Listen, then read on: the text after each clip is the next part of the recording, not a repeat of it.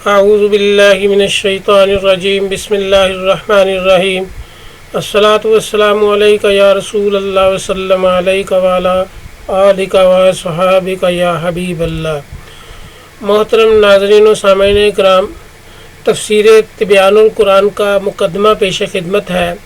ہم ناسخ و منسوخ پہ گفتگو کر رہے ہیں۔ آج اس کا چوتھا پارٹ ہے۔ احکام شریعہ کو منسوخ کرنے کی حکمتیں کیا تھیں؟ اگر یہ سوال کیا جائے کہ اس میں کیا حکمت ہے کہ ان آیات کی تلاوت کو باقی رکھا گیا ہے اور ان کے حکم کو منسوخ کر دیا گیا ہے، اس کا ایک جواب یہ ہے کہ جس طرح قرآن مجید کی اس لیے تلاوت کی جاتی ہے کہ اس سے ایک شرعی حکم معلوم کیا جائے اور اس پر عمل کیا جائے، اسی طرح اس کی اس لیے بھی تلاوت کی جاتی ہے کہ وہ اللہ کا کلام ہے اور اس کی تلاوت سے ثواب ملتا ہے۔ دوسرا جواب یہ ہے کہ بالعموم احکام میں نسخ تخفیف کے لیے، جیسا کہ ان مثالوں سے واضح ہے، اور منسوخ آیتوں کو اس لیے برقرار رکھا گیا ہے تاکہ مسلمان ان آیات کو پڑھ کر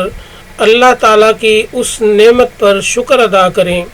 کہ اللہ تعالیٰ نے ان کو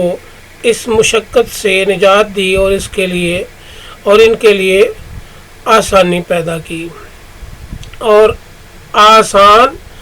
احکام شرعیہ کر دیے۔ یہ کلام ان آیات کے متعلق ہے جن میں مشکل احکام کو منسوخ کر کے آسان احکام مشروع کیے گئے، لیکن بعض منسوخ الحکم آیات ایسی ہیں جن میں آسان احکام کو منسوخ کر کے مشکل احکام مشروع کیے گئے ہیں، یعنی جاری کیے گئے ہیں۔ ان کی حکمت یہ ہے کہ جب نبی صلی اللہ علیہ وسلم نے لوگوں کو اسلام کی دعوت دی تو وہ زمانہ فطرت تھا اور برسوں سے جو عقائد، عادات اور معمولات ان میں رچ بس گئے تھے اور ان کی فطرتیں ثانیہ بن چکے تھے، اور یکلخت ان تمام چیزوں سے ان کو چھڑانا بہت مشکل تھا، کیونکہ اگر ایسا کیا جاتا تو خدشہ تھا کہ وہ اسلام کو ہی چھوڑ دیتے۔ اس کی مثال یہ ہے کہ قریش نے وسائل کی کمی کی وجہ سے کعبہ کی نامکمل تعمیر کی تھی۔ نبی صلی اللہ علیہ وسلم بنائے ابراہیم کے مطابق کعبہ کو تعمیر کرنا چاہتے تھے۔ بنائے ابراہیم میں حتیم کعبہ میں داخل تھا اور آپ اس میں دخول اور خروج کے لیے 2 دروازے بنانا چاہتے تھے، لیکن آپ نے اس لیے ایسا نہیں کیا کہ اہل عرب کو کعبہ سے بہت والہانہ اور جذباتی عقیدت تھی۔ اگر نئی تعمیر کے لیے کعبہ کو منہدم کیا جاتا تو جو لوگ نئے اسلام میں داخل ہوئے تھے وہ اسلام چھوڑ جاتے۔ اسی وجہ سے شروع میں آسان احکام مشروع کیے گئے، اور جب لوگ اسلام میں راسخ ہو گئے تو پھر نسبتاً سخت احکام مشروع کیے گئے۔ حرمت خمر کی مثال سے ہم اس کی پہلے بھی وضاحت کر چکے ہیں۔ بعض ایسے احکام منسوخ کیے گئے جو مشکل اور سہل ہونے میں ناسخ کے مساوی ہیں۔ ان میں نسخ کی حکمت یہ تھی کہ مسلمانوں کو ابتلا اور امتحان میں ڈالا جائے تاکہ مومنوں اور منافقوں میں امتیاز ہو جائے اور خبیث اور طیب الگ الگ ہو جائیں۔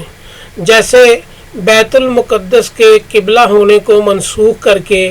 بیت اللہ کو قبلہ بنایا گیا تو مومن اس امتحان میں کامیاب ہوئے اور منافقوں کا خبث ظاہر ہو گیا، جیسا کہ سورہ بقرہ کی آیت نمبر 43 میں اللہ تبارک و تعالیٰ نے فرمایا ہے کہ اے محبوب صلی اللہ علیہ وسلم، آپ پہلے جس قبلہ پر تھے وہ ہم نے اسی لیے مشروع کیا تھا کہ جو لوگ رسول صلی اللہ علیہ وسلم کی پیروی کرتے ہیں ان کو ہم ان لوگوں سے ممتاز کر دیں جو الٹے پاؤں پھر جاتے ہیں، اور بے شک یہ تحویل قبلہ شاک تھا ما سوا ان لوگوں کے جن کو اللہ نے ہدایت دی ہے۔ 17 ماہ تک، تقریباً 16 یا 17 ماہ تک بیت المقدس کی طرف منہ کر کے تو نماز ادا کی جاتی رہی، اور اس کے بعد پھر مسجد حرام کو یعنی خانہ کعبہ کو قبلہ بنا دیا گیا تھا۔ یہ بحث اسلام کے بعض احکام کے نسخ کے سلسلہ میں تھی۔ رہا یہ امر کہ اسلام کے آنے کے بعد پچھلی تمام شریعتیں منسوخ ہو گئیں، اس کی حکمت یہ ہے کہ نوع انسان اپنی عقل اور شعور کے اعتبار سے اس طرح تدریجاً ترقی کرتا رہتا ہے، اور جس طرح بچہ اپنی نشو و نما کے اعتبار سے بتدریج ترقی کرتا ہے، اس لیے ہر نبی کے عہد میں نوع انسان اپنی عقل اور شعور کے اعتبار سے جس درجہ میں وہ موجود تھے، اسی درجہ کے اعتبار سے ان پر احکام شریعہ مشروع کیے گئے، اور جب نوع انسان اپنے کمال ارتقاء کو پہنچ گئی تو سابقہ تمام احکام منسوخ کر کے اس پر قیامت تک کے لیے ایک کامل شریعت نازل کر دی گئی۔ آگے ہم بات کریں گے نسخ القرآن بالسنہ، یعنی قرآن کا نسخ سنت سے، اور ان کے جو قائلین ہیں ان کے دلائل کیا ہیں، اس پر ہم گفتگو کریں گے۔ امام مالک، اصحاب امام ابی حنیفہ، جمہور اشاعرہ اور معتزلہ اس کے قائل ہیں کہ سنت سے قرآن کا نسخ ہو سکتا ہے۔ ان کی دلیل یہ ہے کہ سنت بھی اسی طرح وحی الہی ہے جس طرح قرآن وحی الہی ہے، جیسا کہ سورہ نجم کی آیت نمبر 3 اور 4 میں اللہ تبارک و تعالیٰ نے فرمایا ہے، اور وہ اپنی خواہش سے کلام نہیں کرتے، ان کا کلام وہی ہوتا ہے جو ان کا کلام وہی ہوتا ہے جو ان کی طرف وحی کیا جاتا ہے۔ اور قرآن اور حدیث میں اس کے سوا اور کوئی فرق نہیں ہے کہ قرآن کے الفاظ اللہ تعالیٰ کی طرف سے نازل ہوئے ہیں، اور حدیث کے الفاظ رسول اللہ صلی اللہ علیہ وسلم کے انشاء اور ترتیب پر مبنی ہیں، اور دونوں کے معنی اللہ تعالیٰ کی طرف سے منزل ہیں۔ اس لیے عقلاً اور شرعاً یہ جائز ہے کہ کسی ایک وحی سے ثابت ہونے والا حکم دوسری وحی سے منسوخ کر دیا جائے۔ آگے نسخ القرآن بالسنہ، یعنی قرآن کا نسخ سنت سے کہ جو مانعین ہیں، جو انکار کرنے والے ہیں، جو منع کرتے ہیں، ان کے دلائل کے تجزیہ پر گفتگو کرتے ہیں ہم۔ امام شافعی، امام احمد کے ایک قول اور اہل ظاہر کے نزدیک سنت سے قرآن کا نسخ جائز نہیں ہے۔ ان کی دلیل یہ ہے کہ قرآن مجید میں ہے، سورہ نحل کی آیت نمبر 44 اللہ تبارک و تعالیٰ نے فرمایا ہے، اور ہم نے آپ کی طرف قرآن اس لیے نازل کیا ہے کہ آپ لوگوں کو یہ بیان کر دیں کہ ان کی طرف کیا نازل کیا گیا ہے۔ اس آیت سے یہ معلوم ہوا کہ رسول اللہ صلی اللہ علیہ وسلم کا منصب قرآن کے معنی بیان کرنے میں منحصر ہے، اور اگر سنت قرآن کے ناسخ ہو تو سنت قرآن کے بیان کی بجائے اس کی رافع ہو جائے گی۔ اس دلیل کا جواب پیش خدمت کرتا ہوں، وہ یہ ہے کہ اس آیت میں کوئی کلمہ حصر نہیں کہ رسول اللہ صلی اللہ علیہ وسلم صرف بیان کرنے والے ہیں، جیسا کہ اللہ تبارک و تعالیٰ نے سورہ فرقان کی آیت نمبر 1 میں ارشاد فرمایا ہے، وہ بڑی برکت والا ہے جس نے اپنے مقدس بندے پر فیصلہ کرنے والی کتاب نازل کی تاکہ وہ تمام جہانوں کے لیے ڈرانے والے ہوں۔ اس آیت میں رسول اللہ صلی اللہ علیہ وسلم کو نذیر فرمایا ہے، حالانکہ رسول اللہ صلی اللہ علیہ وسلم بشیر بھی ہیں، تو جس طرح آپ کو نذیر کہنے سے آپ کے بشیر ہونے کی نفی نہیں ہوتی، اسی طرح آپ کی سنت کے بیان ہونے سے اس کے ناسخ ہونے کی نفی نہیں ہوتی۔ جیسا کہ اللہ تبارک و تعالیٰ نے قرآن مجید میں فرمایا کہ قد جاءکم من اللہ نور،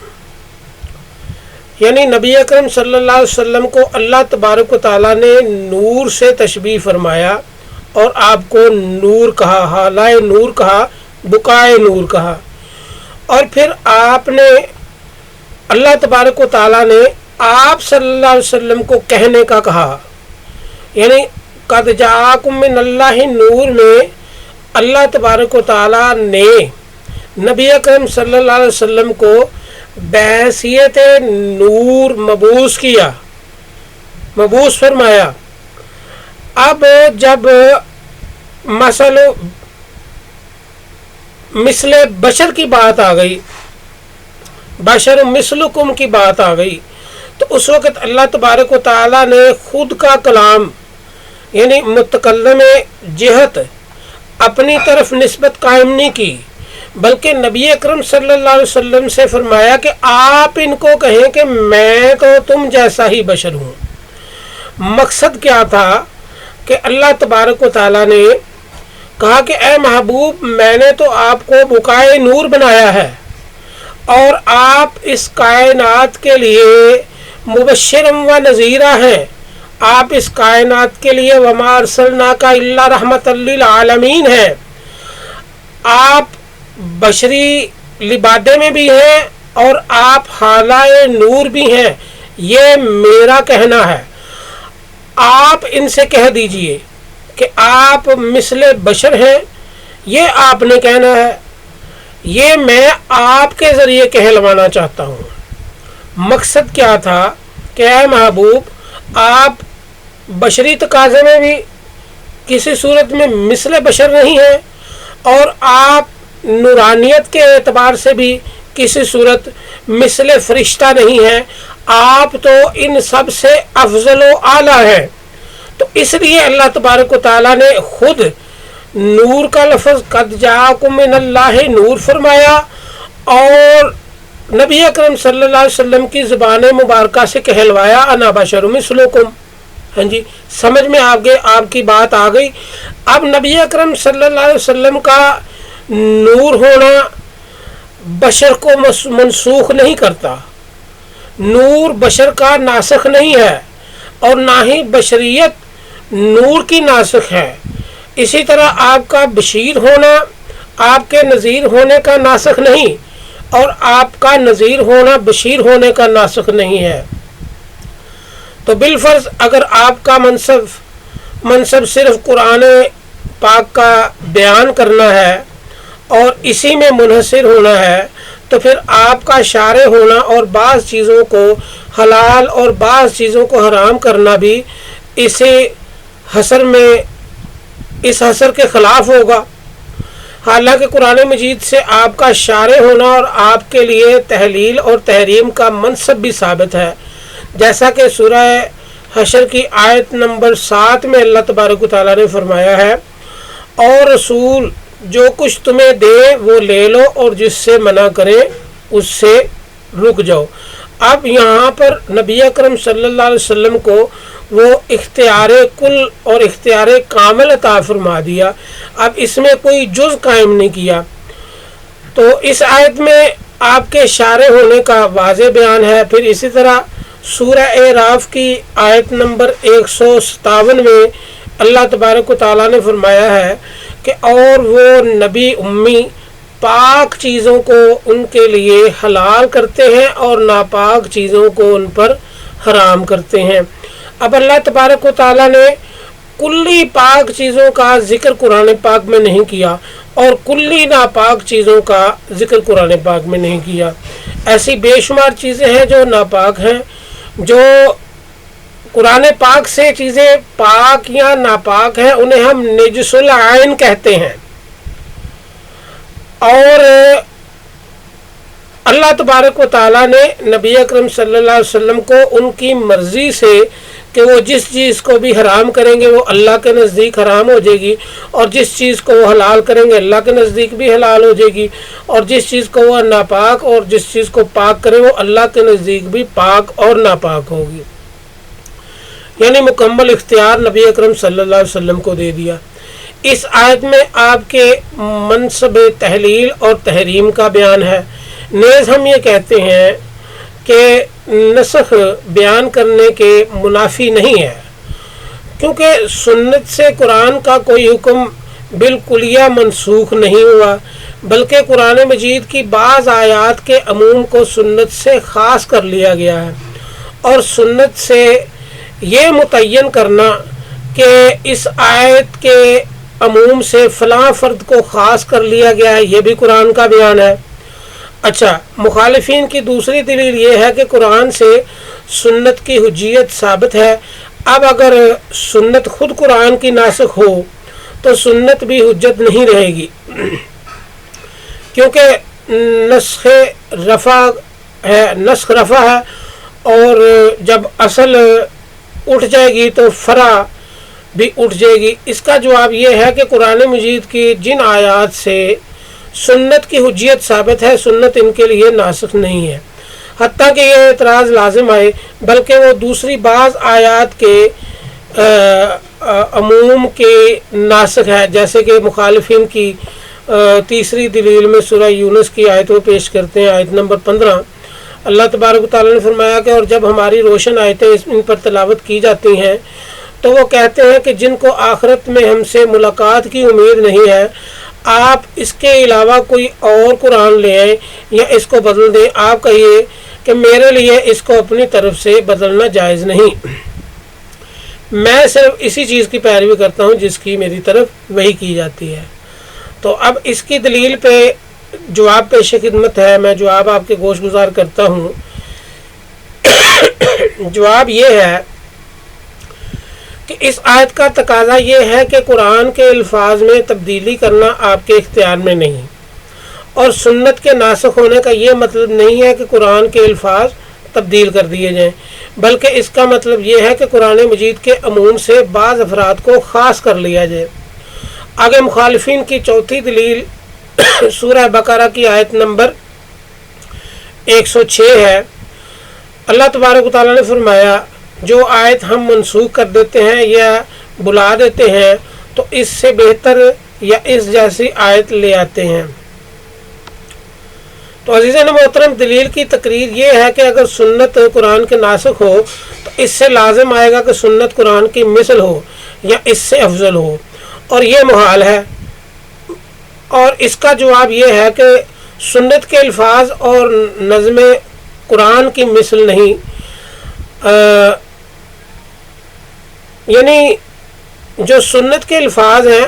وہ قرآن کے برابر نہیں ہو سکتے یا قرآن جیسے نہیں ہو سکتے، قرآن کی مثل نہیں ہو سکتے، اور سنت کے ناسخ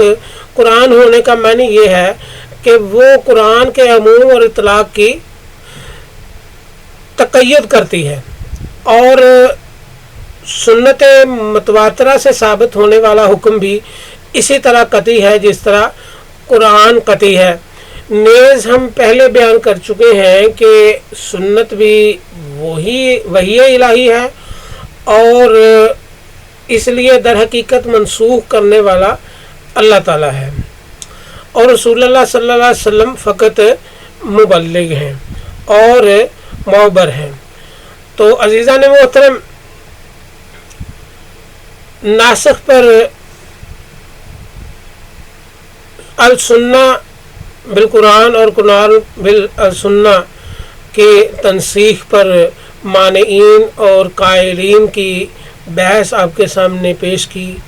اللہ تبارک و تعالی ہمیں علم و حکمت عطا فرمائے اور دین کو سمجھنے کی توفیق عطا فرمائے۔ وآخر دعوانا ان الحمد للہ رب العالمین۔